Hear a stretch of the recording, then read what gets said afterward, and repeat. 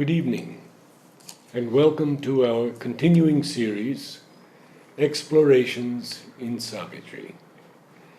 As always, joined by our brother Alok. Alok Bhai, you've chosen a very profound topic, the Creator and the creation. Where does one begin? We can begin at either end. Yes. But there was a reason why this subject came. Actually, I was, anyways, reflecting over this, and I got a mail from Sergey ki, what are you planning? You have covered almost everything except the creator. I said, yes, that's right. That's what I'm thinking, creator and the creation. But more pragmatically, I think, as human beings, we need to know who we really are, what is our antecedents, our lineage, our parentage. I think that's a fundamental need for all of us. And depending upon that, our answer to that, a lot of attitudes emerge depending on the answer as to what is the source, who is the creator, is there a creator, for example. If I take the attitude that there is no creator and it's just an unrolling, mechanical unrolling, then I can take a certain attitude that there is no real meaning or sense in this world, from which again two attitudes can stem. One is that there is no real sense and meaning in this world, but therefore it has, just quit, I am just dreaming a dream and let's stop the dream. But the problem with that is, who is this I? Is there a real I, or is it just an illusion? That's one of the challenges of Buddhism. And the other is that, there is no meaning and purpose, there is no I, there is nothing really beyond this frame in which we are trapped. Even if there are other worlds, they are also just frames which have somehow come into being. So the attitude should be to make the most of life in whatever way, by hook or by crook, as they say, because there is really nothing. That could be hedonistic. See, that's what you see. The whole Charvak line of philosophy in India was born out of that. That this alone is real, there is no other real. And then there can be many variations of it. But, from different extremes, even Bertrand Russell spoke of a very rational ethics. But leaving that aside, the thing is that fundamentally, this whole idea of looking for a meaning, purpose, and in a journey, at the end of the day, all this doesn't really make sense. And you may like to be a good human being because it helps the totality and helps you to navigate your life in a better way. But having said that, there is nothing incumbent upon us to be good, because there is really no meaning and no purpose. But the religions have given other ways of escape, if I can use that word. Yes. So then comes the other one, that there is a creator, but creator and the creation are forever separated. The two can never meet. Which means the attitude we can have towards the source, towards the creator, is one of worship, of obedience to the law, of being afraid of the creator. Sometimes we have painted the creator as somebody who is a harsh and stern judge with a carrot in one hand and a rod in another, whatever that means. And that's how human beings have related with the creator. And Sri Aurobindo speaks of this as a primitive religion. In the beginning, mankind, probably when we are very crude in our vital parts, it helps us to think that the creator is someone who actually punishes us. But he is out there, he enjoys some heaven of bliss. And at the most that we can do, if we are faithful to his commands and commandments, that we can also, after departure, something in us enters into some heaven of beatitude, where we can dwell with his angels, where time to time we can have a glimpse of him, but that's it. Or else, if in this one carrier of the soul, one life carrier of the soul, we have not been able to live up to that for whatever reasons, we enter into a state of eternal darkness. So here again, tremendous fear comes, and a lot of proselytization emerges from that. Certainly. Let's convert people, and people get converted who are so full of fear that I have my chance. So this is one kind of attitude. Then there is a third attitude which we see in Indian thought particularly, that in the deepest essence the creator and the creation are one. Which means that the creation, at some point there is a contact between the two, and the creation can discover the creator and even unite with the creator, because deep within there is already a union. It's like the wave and the sea.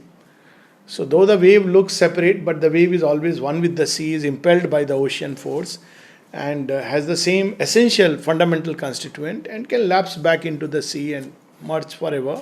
Is there any other country other than India who has had this vision, this realization? Big question. I am not aware of it, but Nor am I. yeah. So, but yes, I would stand corrected. And the other day, somebody was, that reminds me of something very deep and intimate. Yesterday, I was having a discussion with someone, and the person says, "Why are you so obsessed with India? It's after all a very small country in some obscure corner of the globe." I said, "Yes. Why globe? It's an obscure corner of the universe." But the problem is that though this is a very small country, it is the heart and the soul of a civilization. So, what happens? Heart is a small organ. I mean, brain is bigger, liver is much bigger, of course. But if the heart collapses, the lungs are much bigger, then the whole system collapses. So that's the significance of India. So I'm not aware either. At the same time, I must say that all these other approaches which we have just spoken have also existed within India. That's the beauty of it. Yes. So while in India there are schools of thought which do believe that there is nothing like a creator, or there have been schools of thought where there is a forever separation between the creator and the creation, they can at best be companions but not united. And at its extreme end are schools where you can unite with the creator. And Sri Aurobindo obviously accepts this, that yes, in the depth the creator and the creation are one, and there is a possibility of union, because from there comes yoga. Otherwise there is worship. Worship can be a beginning of a yoga, but it ends there. Yes. But when there is a possibility of union, you have yoga. But Sri Aurobindo takes this to one step further, and he says not only deep within us there is a kind of possibility of union, because there is no separation there, but even creation in its manifested form, all these things that we touch and see and hear and smell, they too are the body of God, which is constantly at change in the making. So even the mutable, changing, ephemeral world are also nothing else but Him extending Himself. And at least one Upanishad speaks about it, that all the four states of consciousness, from the depths of sleep to the dream world to the waking world, and that which exceeds all these three, they are one single extension, Chatushpad Brahman. So I find it very fascinating. Deep in us. Deep in us. A hidden kinship. Yes. Yes. And a faint voice of ecstasy and prayer. Maybe we can Calls read that. to those lucent lost immensities. Let's read that. Yes. Maybe we'll read a little bit of that, and then there's another beautiful passage. Where shall we begin? Yes, it's there in the very beginning, on page 46. The secret knowledge. Yes. Deep in us, a forgotten kinship points, and a faint voice of ecstasy and prayer calls to those lucent, lost immensities. Even when we fail to look within, to look into our souls, or lie embedded in earthly consciousness, still have we parts that grow towards the light. Fantastic. Yeah, we can read further. Beautiful. Yet are there luminous tracts and heavens serene, and Eldorados of splendor and ecstasy, and temples to the Godhead none can see. A shapeless memory lingers in us still, and sometimes when our sight is turned within, earth's ignorant veil is lifted from our eyes. Now, in this same canto, You see, this aspect about the unity of creator and the creation comes in a very powerful way. Yes. Page 64, 65.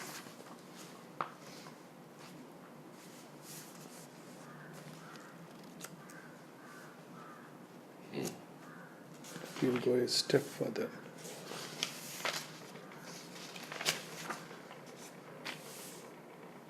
Maybe the master of existence. Yeah, even before that. Yes. 66. Yes, page 61. 61. It starts on page 60. All here where each thing seems its lonely self are figures of the soul transcendent one. You see, one of the things that we feel as a need of today is to create a sense of unity, a spirit of unity. It's a deep need everywhere. We suffer because of this, not only sense of separation from the creator, that's a big calling, but sense of separation from each other. It leads to so many clashes of the ego, frictions, pain. But Sri Aurobindo points out that this unity we cannot have so long as we dwell in the sense of separativeness. And the only point where we can discover that all of us in our deepest essence are connected with each other, the deepest kinship, is through the self which is within us. If we can live in that realization, or even have a glimpse of that experience, that everything here is something of the divine, it changes our life. I have caught myself several times, and I'm sure, all of us at some point would have felt it like this. That if ever I've, or let's say we end up speaking sometimes harsh things about someone, criticizing someone. Of course, in the beginning you don't realize when you're leading a normal life, it's the way of life. But then there comes a time when you think, whom did I really criticize? When I criticize a painting, am I criticizing the painting or am I criticizing the painter? And then there is an auto-correction that, look, what am I doing really? All this is the divine working in His creation. And all of this is an unfinished product. And just as when we exalt someone, it is not the person but the beauty of the light of the grace, a gift of grace. Sri Aurobindo says that the difference is actually an act of grace. That's it. Nothing else. This union, Yeats has two lines among school children, the poem, where he says at the end, "O body swayed to music, O brightening glance, how can we tell the dancer from the dance?" Beautiful. That's it. So this has been glimpsed. Yes. Glimpsed time to time that actually it is He who is there. And there is a very beautiful meditation. Very often people ask this, that okay, tell us the process of meditation. Nowadays it's the in thing to have guided meditation and imagery and all. That's old stuff. Actually what Sri Aurobindo has done is something very futuristic. So I often suggest that there is a passage in Sri Aurobindo's Isa Vasya Upanishad.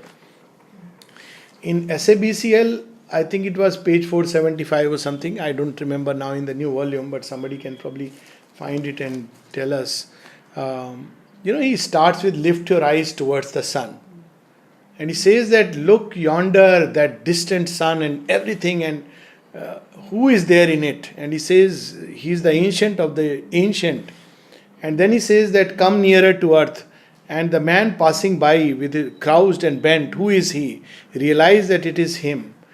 That little child who runs past you, who is he? But do you realize it is God who has smiled at you? And then he says, no, he is nearer. He is in you. He is you. The last realization is He is you. And then he says that, once you have this experience, it's a very powerful passage. Our human voice invariably profanes it. Yes. But he says that once you have that experience, then you cannot be afraid of anything. Fear not, doubt not, tremble not, because in your apparent body dwells the million-bodied one. Yes. Now, when we look at life like that, our limitations, this family, my family, that family, it looks like we are talking of some archaic times. And Sri Aurobindo mentions Cromwell in one passage where he says, Cromwell said, "There, but for the grace of God, go Yeah. I." And Sri Aurobindo said, almost correct. There, by the grace of God, yes. go I. Yes. This experience is a very, very powerful and really changing experience because it shatters you. That there is nothing, no other. There is only I, that one I. Of course, because we have to engage in world and its activities, it's very difficult to hold this as a concrete realization all the time. But once the doors are open and you can always get back into it, it's something wonderful. It's a life-changing experience. So this truth that everything is nothing else but an expression of that single reality. Even a moment's glimpse is so profound. So this is the basis for unity. And look further, only by Him they are, His breath is their life. As long as the breath is there, it lives and breathes. When the breath withdraws, it goes back into Him. So death loses its sting. The fear and constantly we run away from it. What is it? It's going back to Him, nothing else. It's going to Him for rest. Even if one doesn't need to be a philosopher or read books, if it is true that everything has emerged from the One and goes back to the One, then there is no sting of death anymore. So here it is, breath is their life. There is a prayer of the mother where he addresses the divine as life of my life, light of my intelligence. That's how. So once we start looking at things like this, it changes us. So all this is tremendous practical import. And then an unseen presence molds the oblivious clay. The clay doesn't know. Sometimes it feels the touch too harsh and cries out. Sometimes in anguish and anger it may say, "Oh thou monster." But he doesn't mind because he is only love. So he goes on molding. He goes about his works. That's something very nice about divine. Something we can learn in life. That people may say 100 things. You go about doing what you think is the right thing to do, the best thing to do. Because that's how the divine goes about. He doesn't stop. "Oh, you call me this? Okay, fine. That's it." Because it's nothing else but Himself. So, But later in life, I have found if I want to criticize someone, I see that that problem is in me. that's also true. Absolutely true.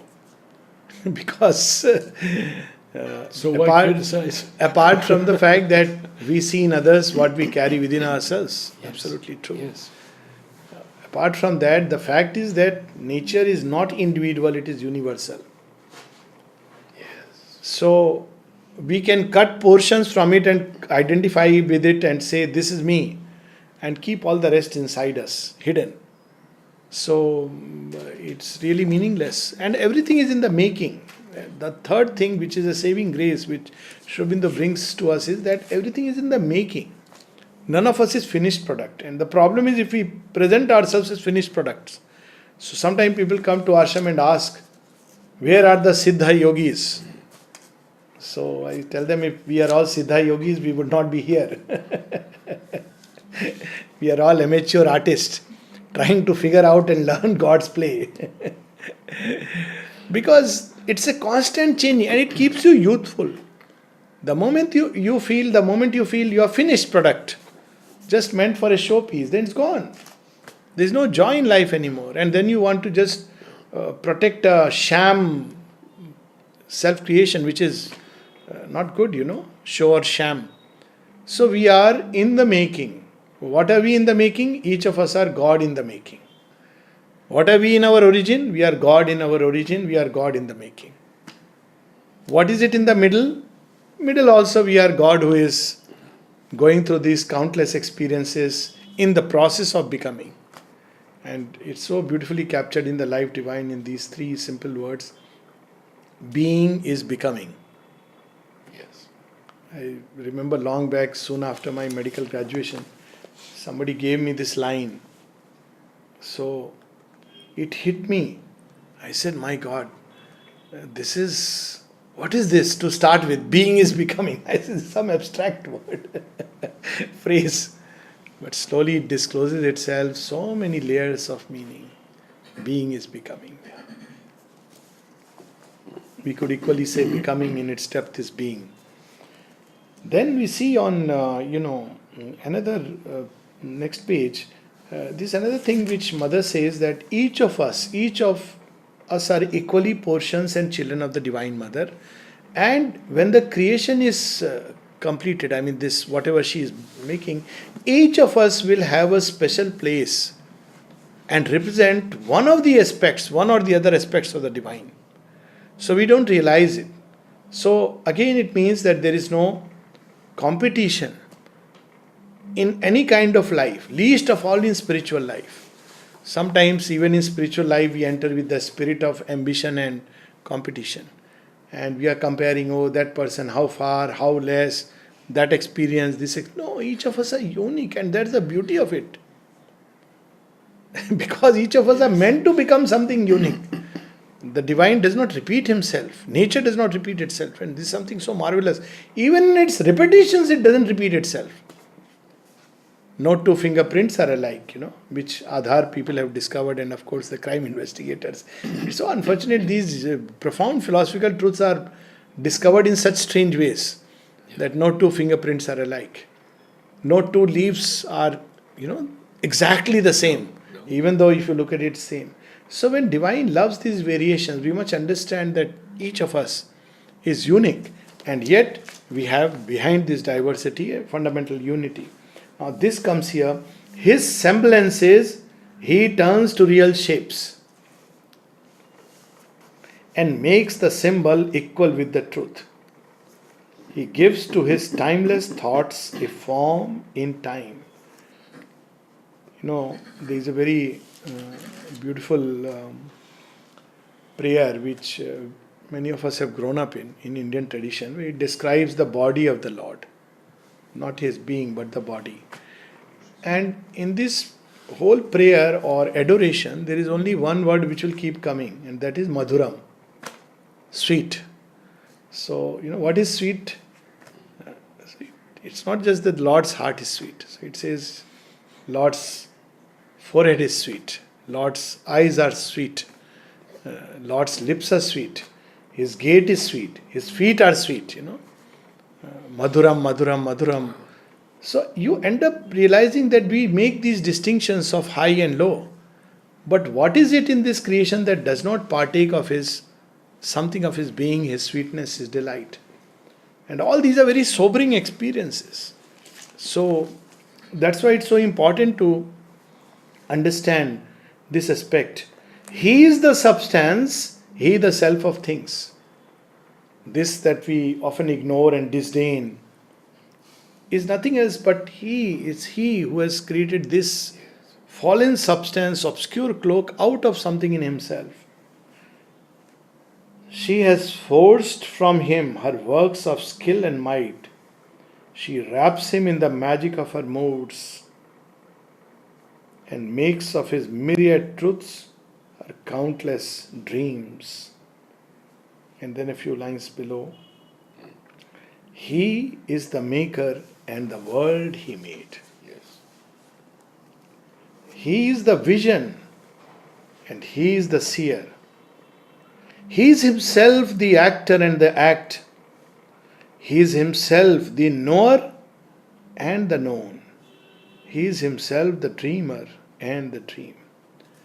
So again, very often when we talk about spirituality and spiritual life, there is still a misconception. Unfortunately, what has happened to India, that even here we think about immediately meditation. And the mother speaks about it in agenda. She says, oh, they are still the same old-fashioned. Yeah. The moment we talk about spiritual, they think about meditation. How to meditate. That's the beginning and end of the story. Whereas in true spirituality, you don't have to be taught meditation. You should reach a point where meditation becomes natural. Simply because life has become a constant meditation and worship of the eternal. And she has seen that when people come out of meditation, they're the same as they were before they went in. Sometimes worse. Sometimes worse. Because you have disturbed their meditation. You disturbed my sadhana. So if sadhana could be disturbed, then what is the difference? That should be at least the difference between sadhak and sadhana. There are very funny stories about ashram. There was one person who used to close his eyes and walk through corridors because he didn't want to see and get tempted. So some of our, now they are all grown up, elderly, wonderful people, but young girls who were studying in the ashram school, they would suddenly, when they would see him stretch their legs, so he would, hit and fall down, and then they would take a good laugh. So, how people have grown up here is unimaginable. I remember another, just as an aside, how everything was turned into an equivalent of delight. So two girls once took a waste paper bucket, and the teacher used to be too lost and engrossed, and he didn't notice that they are coming near, and they were just chanting something, and went there and just emptied on his head. Can you imagine? So the teacher gets up and he gave a slap to the boy who was sitting there. Look at oneness. So the boy says, What? What have I done? I have done nothing. He says, yes, I know, but how can I slap the girls? I'm telling you a real story. This is a strange kind of oneness. I am angry. I must release my anger. But I can't slap the girls. I know they are the ones. But you are there, I can slap a boy.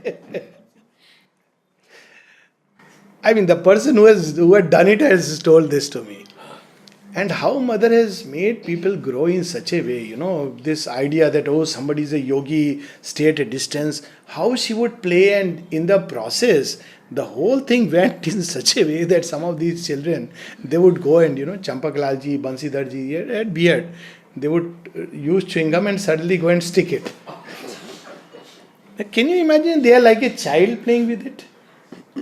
It's something so beautiful that in everything, it's like instinctively you get this, that sense that there is nothing else but we are playing with the divine in this vast. She turned this ashram into a playfield of the Lord.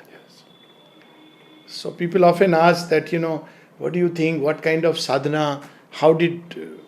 So one of the answers I give is that I don't know what sadhana Mother and Shobindo did because that is beyond us. But one thing we know that they made us grow through playing tennis and, going around.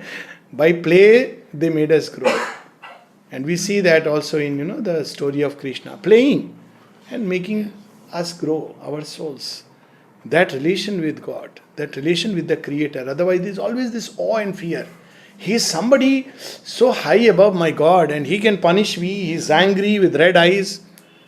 And Mother has said some of these are not God, they are asuras. And Shobindo has said the same thing.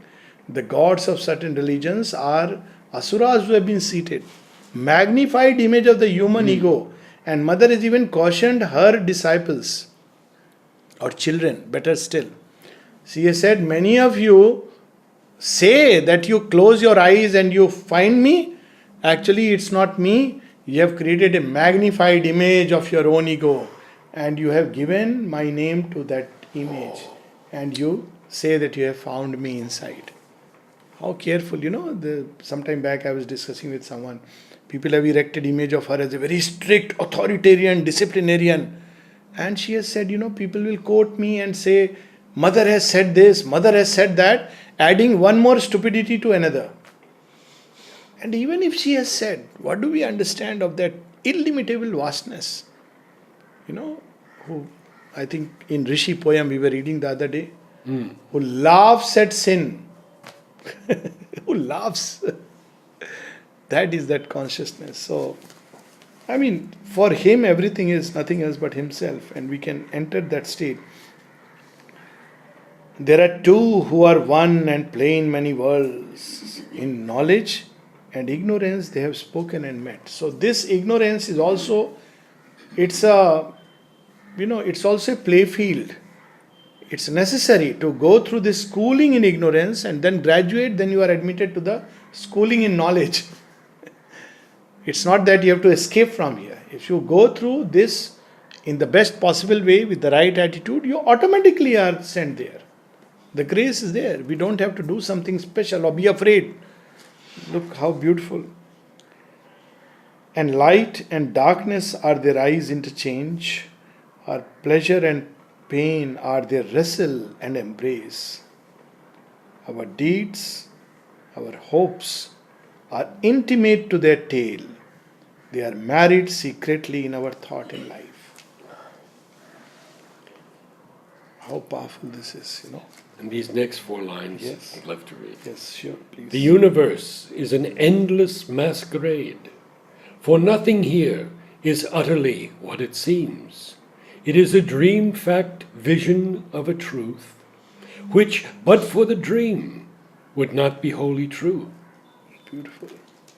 For the dream is that which is within him is expressing itself through the dream. So the totality of the divine comes with creation. Those who escape from creation into the creator, they don't discover the totality of the divine. But if you go through it and discover that the two are one in their essence and in the manifestation, there is a prayer of the mother like that. Thou, thou alone, thou in the essence and thou in the manifestation. Then we discover the totality of God. So there is another passage which I just wish to touch upon, and maybe we can take it later. Comes on page 6, I think 656. It's one of my favorites. I must be having a mark here. Oh yeah, there it is. This is where Savitri is revealing to death what really is God. Yes. So it's very amazing. Beginning with O death, Or all contraries. That would be. Even death, he says, that even you are God, yet not Yes. he. It's very powerful. yes. But we can start from here. All contraries are aspects of God's face. So, but we have a tendency to create uniformity. We are afraid of contraries, but contraries are complementarities. They are our own lost, forgotten selves, the many. And every time we meet it, it's a challenge because we have to integrate. When we meet people who are dissonant with our own thoughts and understanding, so there is a natural tendency to either criticize or shun them. But actually, if we really see what impressions they evoke within us, then we will see that basically these impressions that they evoke within us, they bring to us a portion of ourself which the person has come objectivized, which we were saying some time back, that what Yes. is within us we see in others. And then you have a chance of integrating this part, conquering it for the sake of the divine by an inner process and offering it to the Lord within all. And by doing it, you reclaim something which was hidden somewhere deep within us. So people who come into our lives, whom we love and we hate, basically it's one movement, because there is no other, and we can integrate it. It's a very profound psychology.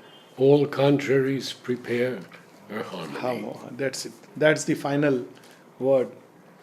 So here it is, all contraries are aspects of God's face, which includes, I think the other day we were having a discussion, the Asura. The Asura, Sri Aurobindo says, in the original thought of the Vedas, Asura is not a bad guy. It is in the Puranas. He is the one who represents the force side of the Supreme. Later on, of course, there is a separation, and with separation, all the muddle starts. But in its origin, even This guy represents the force aspect of the divine, just as the gods represent the light aspect of the divine. And that is why in the Durga prayer, famous, Sri Aurobindo speaks of that. Give me the strength and Yes. industry of the Asura, the character and intelligence of the gods. So, even that, the many are the innumerable one. The one carries the multitude in his breast. So, this one part then says, he is the impersonal, inscrutable soul. He is the one infinite person seeing his world.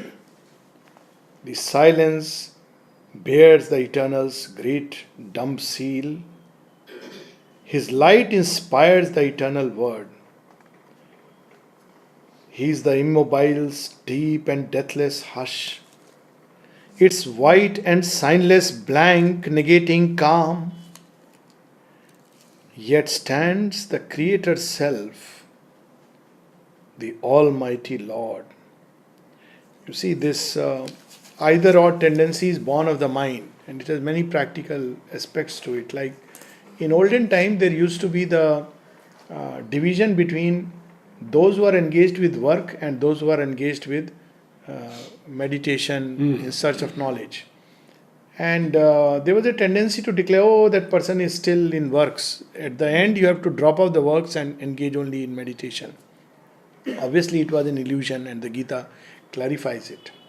The modern version is silence and speech. And someone had the audacity to write to Sri Aurobindo. And he said, Sri Ramakrishna has said that the more silent, the more you discover, when the pot is empty, then when you put water, it makes sound. But when it is full, it no more makes sound. So how Sri Aurobindo corrects the imbalance? It's in a certain context. It's not about... Sri Aurobindo, in fact, corrects it by saying, yes, but even after that, Sri Ramakrishna went around speaking such good to others. And then he says, I myself wrote volumes after my mind was stilled. He gave his own example. So, speech is born out of that stillness. And when we discover that stillness within, then the two become a single continuity. They are a single unity. But when you divorce either from the other, then you have not realized the unity. So, the same thing, creator and the creation, you can. And Mother puts so much emphasis on work. Yes. Work is the body's best prayer to the divine. So, everything should be a single movement. Whether in silence or in speech, we should serve and worship her. Yes. There is a poem also of Sri Aurobindo, The Word and the Silence, where he speaks of this unity. And then few lines below, these wide divine extremes, these inverse powers, are the right and left side of the body of God. Now we know where the left wing and right wing are born from. And they fight with each other. Analytical thought and the holistic consciousness. But they are the left side and the right side of the body of God. He loves when the materialist denies him and challenges him. And he says, come your way. I'll receive you in the vast bosom of annihilation. He loves when the believer worships him and says, he says, fine, come this way. And I'll receive you in my delightful embrace. Either which way you will come to me. The left side and the right side of the body of God. Wide divine extremes. Existence balanced twixt two mighty arms confronts the mind with unsolved abysms of thought. Darkness below, a fathomless light above. In light are joined, but sundered by shivering mind. Stand face to face, opposite, inseparable. So Mother says that there is in the ultimate reality, good and evil are united. So the disciple is quite confused. What does it mean? So later on she added a correction to it, which you'll see in the collected works. There is a footnote. I'm not sure, it must be there in the agenda also, I'm sure, but I'm speaking of notes on the way. So she says, even evil goes back ultimately to its origin. Where else you will go? You will go there. It says, but there it changes itself even as good changes itself. So good changes into something else, which is a divine quality, and evil changes into something else, which is again a divine vibration from which it came and separated itself, got lost, and became a source of much confusion. But the beauty is divine uses all these things. There's a very beautiful conversation of the mother, and the disciple asks her, Satprem asks her, so much confusion, so much confusion. And she says, my child, the confusion is there to teach us. He uses everything, and we see this here. Two contraries needed for his great world task. We have this story in India of Samudra Manthan, churning of the ocean. So the gods on one side and the asuras on the other side. Both must come together for the nectar to emerge. Two contraries.